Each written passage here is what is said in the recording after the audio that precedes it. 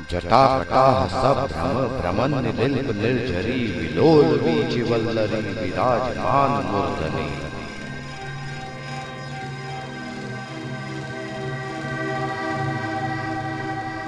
भटैयानाथ धाम इस पावन क्षेत्र में आयोजित हुई शिव आराधना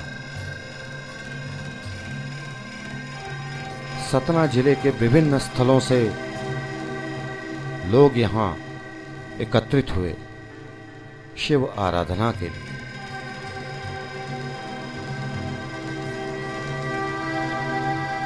संत रूपी महापुरुष आदरणीय A.K. सिंह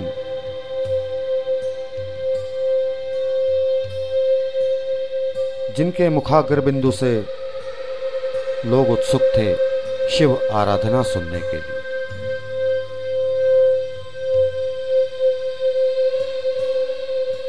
श्री A.K. सिंह सहायक सचिव विधि विधायी विभाग मध्य प्रदेश, साथ में सतना विधानसभा के लोकप्रिय विधायक माननीय शंकरलाल तिवारी जी भी मौजूद थे।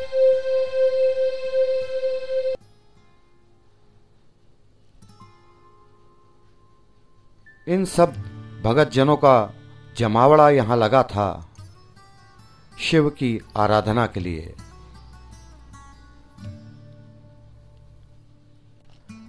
यूं तो भटैयानाथ धाम में हमेशा ही भक्तों का जमावड़ा लगा रहता है। रविवार का दिन यहां खास होता है। लगभग हर रविवार को यहां भंडारे का आयोजन होता है। कहा जाता है यहां जो भक्त सच्ची श्रद्धा से सच्ची भक्ति से जो भी मांगता है उसे प्राप्त होता है। यह है भटैयानाथ धाम की महानता।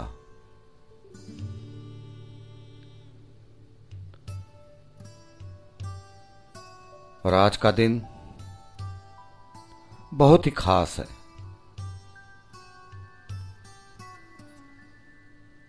सतना जिले के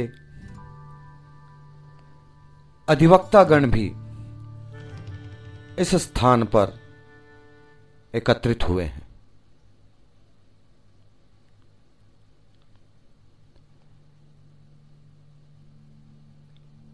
A.K. सिंह साहब यहां पर ADJ के बतौर कार्य कर चुके हैं, इसलिए वकीलों के बीच उनका लगाव बहुत ज्यादा है।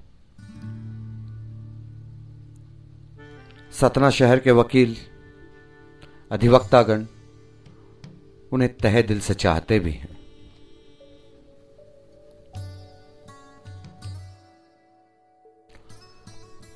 भटैयानाथ धाम पहुंचने पर तमाम अतिथिगणों ने भटैया बाबा की पूजा की। तदुपरांत मंच पर पहुंचकर मां सरस्वती और भटैया बाबा के प्रतिमा को माल्यार्पण किया, दीप प्रज्वलित किया।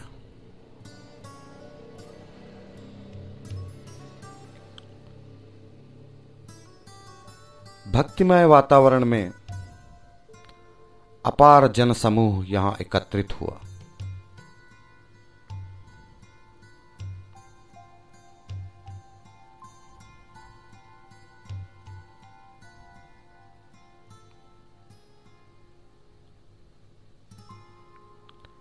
ऐसा नजारा पहले कभी नहीं देखा गया था।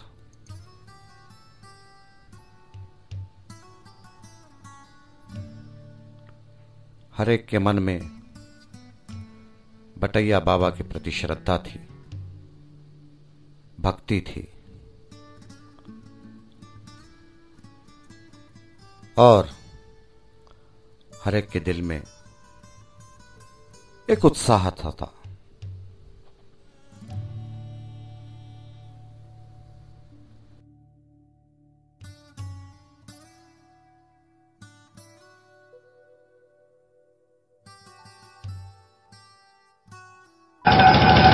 करुणावतार की बगल में ये कैलाश मानसरोवर की पूरी पर्वत शिखर, मंदाकिनी के रूप में बहती हुई धारा, दिव्य प्राकृतिक वातावरण, और यहाँ पर कितनी अच्छी गंगा जी प्रवाहित हो रही हैं। और इस दुर्गम स्थान में भोले बाबा ने आपको करुणा करके ही बुलाया है, ये निश्चित मानो। भोले बाबा की कृपा के बिना मैं समझता हूँ कि कोई आ ही नहीं सकता। और पिछले मैं यहाँ 3 साल से पदस्थ रहा तो हमारी साधना में शायद कमी थी, उनकी कृपा नहीं हो रही तो मैं कई बार सोचा, लेकिन उनकी करुणा तब हुई जब मैं यहाँ से वापस चला गया, भोपाल चला गया, तो उनको लगा कि कृपा कर दे। भोले बाबा हमारे आशुतोष कहे जाते हैं। आशुतोष का मतलब जानते हैं, जो बहुत जल्दी प्रसन्न होते हैं। भोले भंडारी हैं। महाभारत में प्रसंग आता है कि एक प्रताप भानु राजा थे, ऐसी सेवा पूजा बिना कारण प्रसन्न होने वाले देवताओं में किसी को सम्मान नहीं मिला है। ये सब कुछ दे देते हैं, खुद दिगंबर हैं, संसार को संदेश देते हैं कि जो जिसके पास कुछ नहीं होता, फकीर है, संत है, वही संसार को दे सकता है। कहावत कही जाती है कि एक बार एक कोई बहेलिया, इस भाव से आप लोग आएंगे, आपके भाव को मैं दे रहा हूँ, बोले तो माने। एक बहेलिया बैठा हुआ था और ऐसी जंगल था, शिकार कर रहा था, और शिकार करते करते रात हो गई। तो जैसे आप बड़ैया बाबा है, इसी किनारे एक पेड़ था। रात में जब बड़े बड़े शेर जानवर धीरे धीरे जैसे ही दहाड़ने लगे, उसको डर लगने लगा, चलिए खा जाए, पेड़ पर चढ़ गया और वो पेड़ बेल पर चढ़ा। और रात में जब नींद लग रही थी तो वो जो नींद और थोड़ी जाड़े का समय था तो उसके वो जो ओम की आवाज आ रही थी और बेल पत्र ऊपर से डालता था, तोड़ तोड़ करके की नींद न लगी। अब सवेरे देखा कि जैसे ही सुबह होने हुआ तो चारों प्रकाश चला आया। तो उसने कहा, भगवान बोले अवतरित होकर के बोले, मांगो क्या चाहिए तुम्हें? तो कहा मैंने तो कोई साधना नहीं की। नहीं, तुमने बहुत बड़ी साधना की, रात भर तुमने ओम का जाप किया और तुम मुझे बेलपत्र चढ़ा देते। नीचे बटैया, यही बटैया जो है, बटैया बाबा के नीचे हमारी पिंडी थी, और तुम्हारे बेलपत्र से प्रसन्न होकर के, तुम्हारी साधना से प्रसन्न होकर के मांगो क्या चाहिए? तो कहते हैं कि उसको सब कुछ दिया और बाद में बहुत यशस्वी राजा हुआ प्रताप भानु। तो आज ये इस भाव से रहे, भाव में भगवान होते हैं। ये दिव्य कैलाश धाम है। इधर जिधर देखे कैलाश पर्वत की शिखर है, मुंडमाला है, नर मुंडमाला। तो मां पार्वती एक दिन पूछी, नारद जी ने उनसे पूछा था, पूछो ये क्या है? ये काहे कि मुंडमाला पहने हो? कुछ उसका पूछो, तो कारण पूछो। तो मां पार्वती उनसे पूछती हैं